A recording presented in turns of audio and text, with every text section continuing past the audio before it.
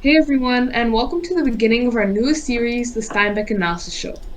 I'm Gadiel, and I'm here with my friends. Aaron, And Alex. and today we will start us off going through one of John Steinbeck's most popular books, Of Mice and Men. In this subseries, we will go over the many literary elements present in Of Mice and Men. This would include the setting, the plot, characterization, themes, and much more. In today's episode, which is the first one, we will just go over the general plot and story of Mice and Men. So initially, we are presented with a peaceful setting, I would say, right? Yeah, Yeah, but then it was disrupted by two men. The name of those men being Lenny and George. and I think it's pretty important how they say that their appearance disrupts the peaceful environment, which is definitely something to note down. Yep.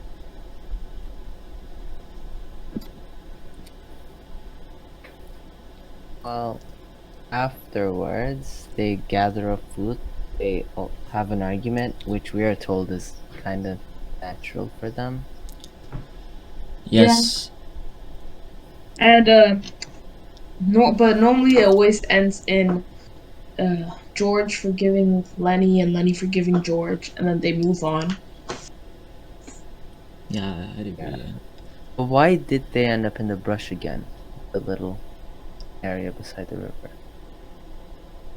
So they ran from Weed, which is some place where they had a pretty big incident, where Lenny was accused of raping a young woman who, just from touching his dress, Lenny has a habit of petting soft things, and he has a tough time knowing when to let go and when is the right time to touch something and to not touch something, and how to control his strength in general. He doesn't know people's boundaries, basically. Yeah, Also, when yeah, he's frightened, he tends to hold on. yeah. Yeah. So that's how they ended up there. And right now, at this point in the book, they are slowly moving towards the ranch where they'll start making ends meet with the money that they get, and then they have plans for the future. You want to tell them, Alex?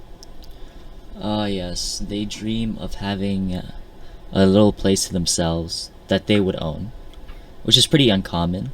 Like as a migrant worker, every single migrant worker would typically like dream of having their own place because they always work for other people, right? And Yeah, Lenny dreams to tend the rabbits, whilst George is leans more towards the owning the place type thing, having their own thing. But George, Lenny is focused more on tending the rabbits, essentially. yeah, George wants a stable income, while Lenny wants happiness, basically. Yeah, he wants. George is more of like a self-sufficient guy. yeah.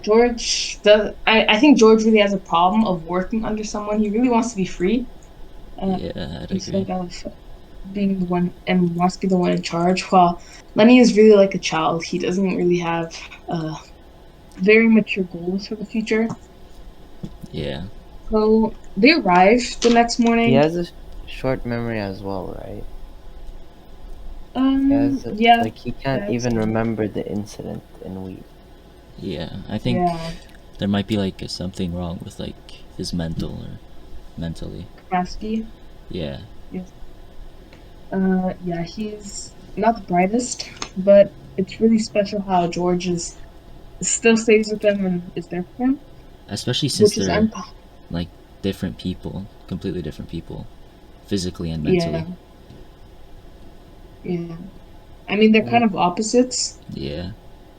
but they still and care about each other. Even yeah, they as pair.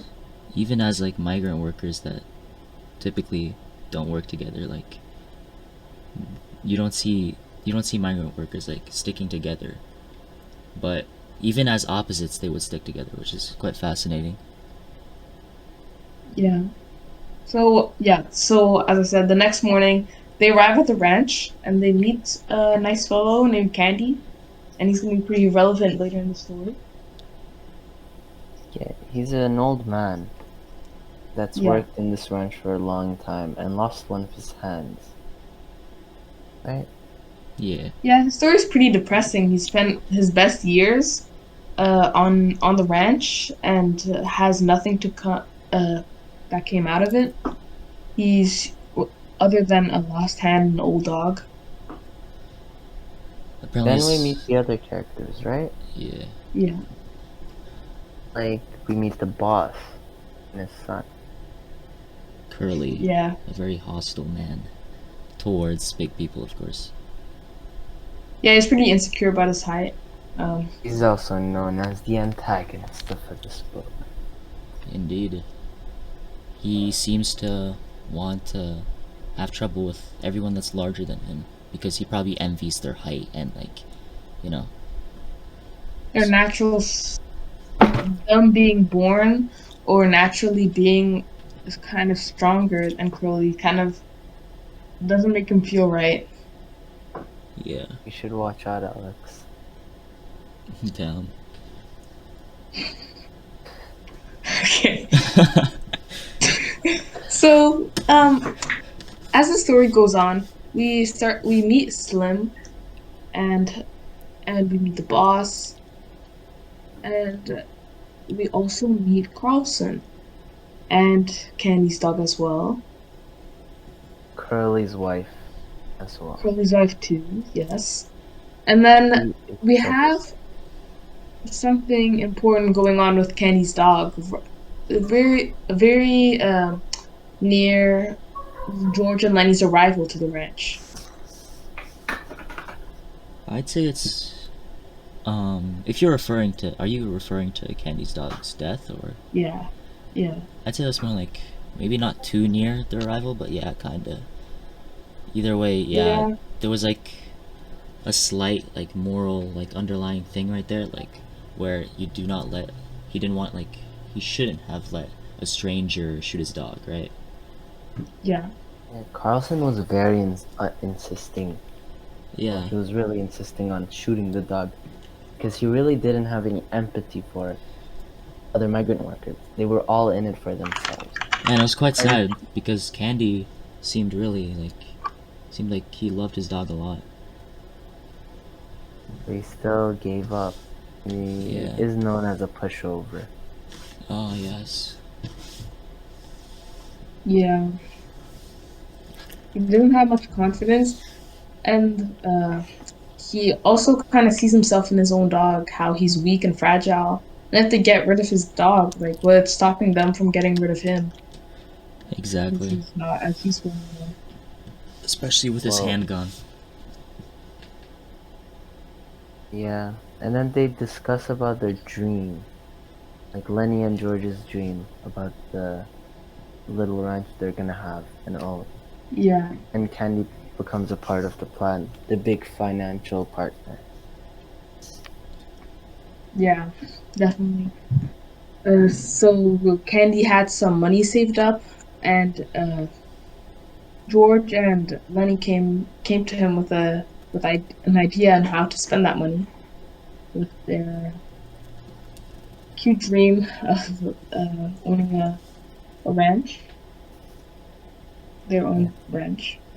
The next morning, though, all of the strong and young men, other than Lenny and Candy, go down to the city and the town to waste their money, right? Yep. Yes. Maybe to buy some groceries and some whiskey. And then Yes, Lenny, and also something we forgot is that Lenny and George don't consider them the same as all the other men, and it's because they have each other. They're quite And they different, actually. Yeah. so Yeah, I say the other men are quite distant from each other. They're Yeah. not As close. Slim said, it's like everyone in the world is scared of each other. Yeah, Slim, I'm pretty sure. Everyone Yep. was in it for themselves. And then The only person that recognized this friendship was really Slim, yeah. who envied it, right? Yep. So, And then Slim was and then later in the book, Lenny stumbles upon Crooks, man of dark color, like dark skin color, being Yeah. discriminated against from the other people. But Lenny doesn't seem to mind and goes into Crooks's room, sits on his bed, and Crooks convinces Lenny that George is wasting their money whilst in the city, and that Crooks has seen this before. Yeah. Crook says that everybody has the same dream as them and that they're not necessarily special.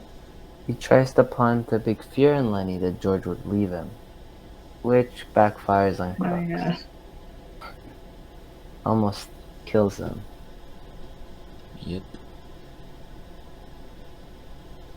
So here we see that Lenny isn't very logical and is easily influenced. That is very true, actually, yeah. And And then, it's very easy to talk to him.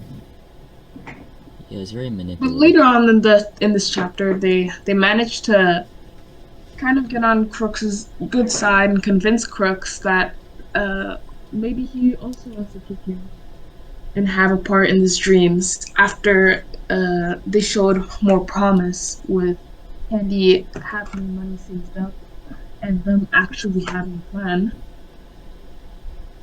But in the end, Crooks just said it was utter rubbish. It was no different than any other men's dream. Yes, and there was something that happened before that which made him say that, like, when he said, remember when I wanted to, when I said I would do the dishes and all that stuff, and then he said, oh, never mind? What made him say never mind again?